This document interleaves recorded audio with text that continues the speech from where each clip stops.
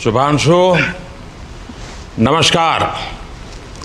आप आज मातृभूमि से, नमस्कार, भारत भूमि से सबसे दूर है, लेकिन भारतवासियों के दिलों के सबसे करीब है। आपके नाम में भी शुभ है और आपकी यात्रा नए युग का शुभ आरंभ भी है।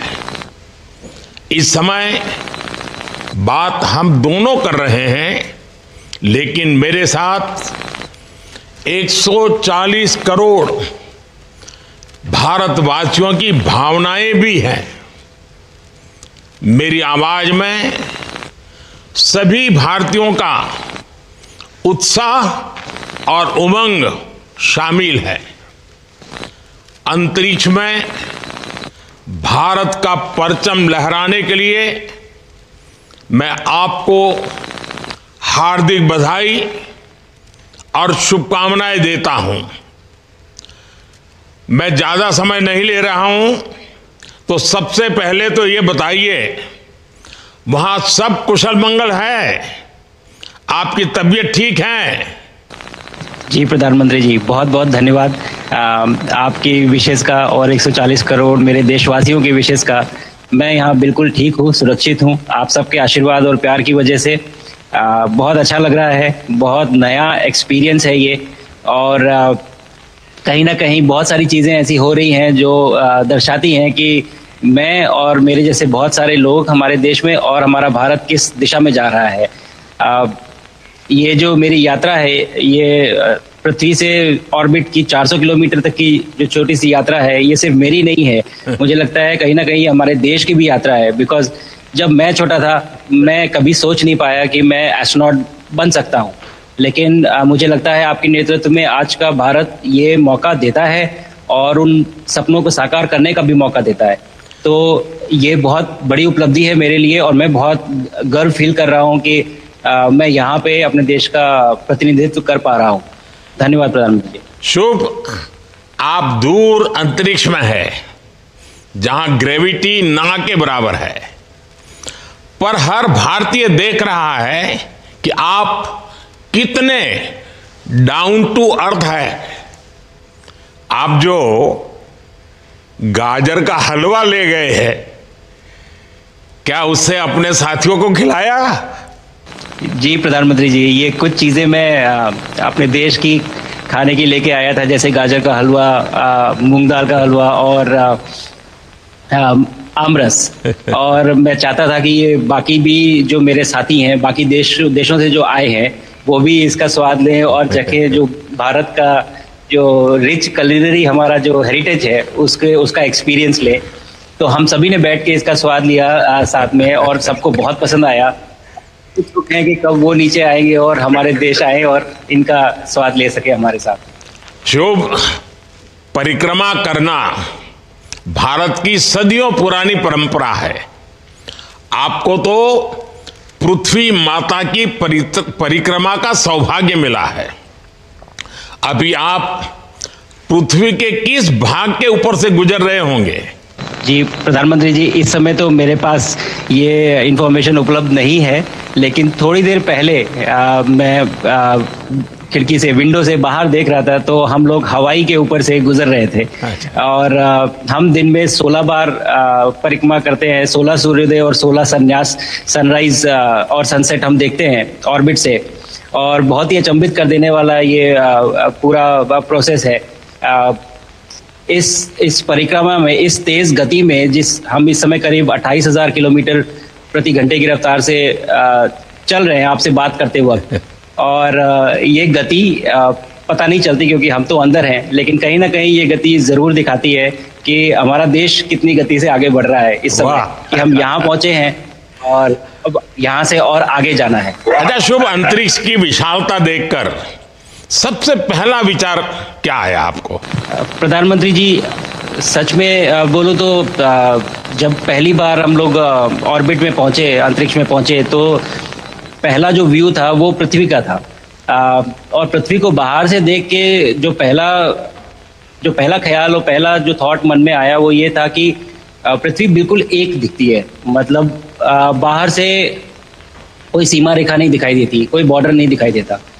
और दूसरी चीज़ जो बहुत नोटिसेबल थी, जब पहली बार भारत को देखा तो हम मैप पे पढ़ते हैं भारत को, हम देखते हैं बाकी देशों का आकार कितना बड़ा है, हमारा आकार कैसा है, वो मैप पे देखते हैं, लेकिन वो सही नहीं होता क्योंकि वो एक हम 3D ऑब्जेक्ट को 2D यानी पेपर पे हम उतारते हैं। भारत सच में बहुत भव्य दिखता है, बहुत बड़ा दिखता है, जितना हम मैप पे देखते हैं उससे कहीं ज़्यादा बड़ा। और जो वननेस की फीलिंग है, पृथ्वी की वननेस की फीलिंग है, जो हमारा भी मोटो है कि अनेकता में एकता, वो बिल्कुल उसका महत्व ऐसा समझ में आता है बाहर से देखने में कि लगता है कि कोई बॉर्डर एग्जिस्ट ही नहीं करता, कोई राज्य नहीं एग्जिस्ट करता, कंट्रीज नहीं एग्जिस्ट करती। फाइनली हम सब ह्यूमैनिटी का पार्ट है और अर्थ हमारा एक घर है और हम सब के सब उसके सिटीजन्स हैं। शुभांशु, स्पेस स्टेशन पर जाने वाले आप पहले भारतीय हैं, आपने जबरदस्त मेहनत की है, लंबी ट्रेनिंग करके गए हैं, अब आप रियल सिचुएशन में है, सच में अंतरिक्ष में है, वहां की परिस्थितियां कितनी अलग हैं, कैसे एडप्ट कर रहे हैं? यहाँ पे तो सब कुछ ही अलग है प्रधानमंत्री जी। ट्रेनिंग की हमने पिछले पूरे 1 साल में, सारे सिस्टम्स के बारे में मुझे पता था, सारे प्रोसेस के बारे में मुझे पता था, एक्सपेरिमेंट्स के बारे में मुझे पता था, लेकिन यहाँ आते ही सडनली सब चेंज हो गया। बिकॉज हमारे शरीर को ग्रेविटी में रहने की इतनी आदत हो जाती है कि हर एक चीज़ उससे डिसाइड होती है, पर यहाँ आने के बाद चूंकि ग्रेविटी माइक्रो ग्रेविटी है, एब्सेंट है, तो छोटी छोटी चीज़ें भी बहुत मुश्किल हो जाती हैं। अभी आपसे बात करते वक्त मैंने अपने पैरों को बांध रखा है, नहीं तो मैं ऊपर चला जाऊंगा। और माइक को भी जैसे छोटी चीजें हैं तो छोड़ भी दूं तो भी ये ऐसे फ्लोट करता रहता है। पानी पीना, पैदल चलना, सोना बहुत बड़ा चैलेंज है। आप छत पे सो सकते हैं, आप दीवारों पे सो सकते हैं, आप जमीन पे सो सकते हैं, तो पता सब कुछ होता है प्रधानमंत्री जी। ट्रेनिंग अच्छी है, लेकिन वातावरण चेंज होता है तो थोड़ा सा यूज्ड टू होने में 1-2 दिन लगते हैं, बट फिर ठीक हो जाता है। भारत की ताकत साइंस और स्पिरिचुअलिटी दोनों है। आप अंतरिक्ष यात्रा पर है, लेकिन भारत की यात्रा भी चल रही होगी, भीतर में भारत दौड़ता होगा। क्या उस माहौल में मेडिटेशन और माइंडफुलनेस का लाभ भी मिलता है क्या? जी प्रधानमंत्री जी, मैं बिल्कुल सहमत हूँ। मैं कहीं ना कहीं ये मानता हूँ कि भारत ऑलरेडी दौड़ रहा है और ये मिशन तो केवल एक पहली सीढ़ी है उस एक बड़ी दौड़ का, और हम ज़रूर आगे पहुँच रहे हैं और अंतरिक्ष में हमारे खुद के स्टेशन भी होंगे और बहुत सारे लोग पहुँचेंगे। और माइंडफुलनेस का भी बहुत फ़र्क पड़ता है। बहुत सारी सिचुएशंस ऐसी होती हैं नॉर्मल ट्रेनिंग के दौरान भी या फिर लॉन्च के दौरान भी जो बहुत स्ट्रेसफुल होती हैं, और माइंडफुलनेस से आप अपने आप को उन सिचुएशंस में शांत रख पाते हैं और अपने आप को काम रखते हैं, अपने आप को शांत रखते हैं, तो आप अच्छे डिसीजन ले पाते हैं। कहते हैं कि दौड़ते हुए भोजन कोई भी नहीं कर सकता, तो जितना आप शांत रहेंगे उतना ही अच्छे से आप डिसीजन ले पाएंगे। तो आई थिंक माइंडफुलनेस का बहुत इंपॉर्टेंट रोल होता है इन चीज़ों में। तो दोनों चीज़ें अगर साथ में प्रैक्टिस की जाएं तो ऐसे एक चैलेंजिंग एनवायरनमेंट में या चैलेंजिंग वातावरण में मुझे लगता है ये बहुत ही यूज़फुल होंगी और बहुत जल्दी लोगों को अडेप्ट करने में मदद करेंगी। आप अंतरिक्ष में कई एक्सपेरिमेंट कर रहे हैं, क्या कोई ऐसा एक्सपेरिमेंट है जो आने वाले समय में एग्रीकल्चर या हेल्थ सेक्टर को फायदा पहुंचाएगा? जी प्रधानमंत्री जी, मैं बहुत गर्व से कह सकता हूं कि पहली बार भारतीय वैज्ञानिकों ने 7 यूनिक एक्सपेरिमेंट्स डिज़ाइन किए जो कि मैं अपने साथ स्टेशन पे लेके आया हूं। और पहला एक्सपेरिमेंट जो मैं करने वाला हूं, जो कि आज ही के दिन में शेड्यूल्ड है, वो है स्टेम सेल्स के ऊपर। अंतरिक्ष में आने से क्या होता है कि ग्रेविटी चूंकि एब्सेंट होती है तो लोड खत्म हो जाता है, तो मसल लॉस होता है। तो जो मेरा एक्सपेरिमेंट है वो ये देख रहा है कि क्या कोई सप्लीमेंट दे के हम इस मसल लॉस को रोक सकते हैं या फिर डिले कर सकते हैं। इसका डायरेक्ट इम्प्लीकेशन धरती पे भी है कि जिन लोगों का मसल लॉस होता है ओल्ड एज की वजह से, तो उनके ऊपर ये सप्लीमेंट्स यूज़ किए जा सकते हैं। तो मुझे लगता है कि ये डेफिनेटली वहाँ यूज़ हो सकता है। साथ ही साथ जो दूसरा एक्सपेरिमेंट है वो माइक्रो एल्गी की ग्रोथ के ऊपर। ये माइक्रो एल्गी बहुत छोटे होते हैं लेकिन बहुत न्यूट्रिशियस होते हैं। तो अगर हम इनकी ग्रोथ देख सकते हैं यहाँ पे और ऐसा प्रोसेस इजाद करें कि ये ज़्यादा तादाद में हम इन्हें उगा सकें और न्यूट्रिशन हम प्रोवाइड कर सकें, तो कहीं ना कहीं ये फूड सिक्योरिटी के लिए भी बहुत काम आएगा धरती के ऊपर। सबसे बड़ा एडवांटेज जो है स्पेस का वो ये है कि ये जो प्रोसेस है यहाँ पे बहुत जल्दी होते हैं, तो हमें महीनों तक या सालों तक वेट करने की ज़रूरत नहीं होती। तो शुभांशु, यहाँ के जो रिजल्ट चंद्रयान की सफलता के बाद देश के बच्चों में, युवाओं में विज्ञान को लेकर एक नई रुचि पैदा हुई।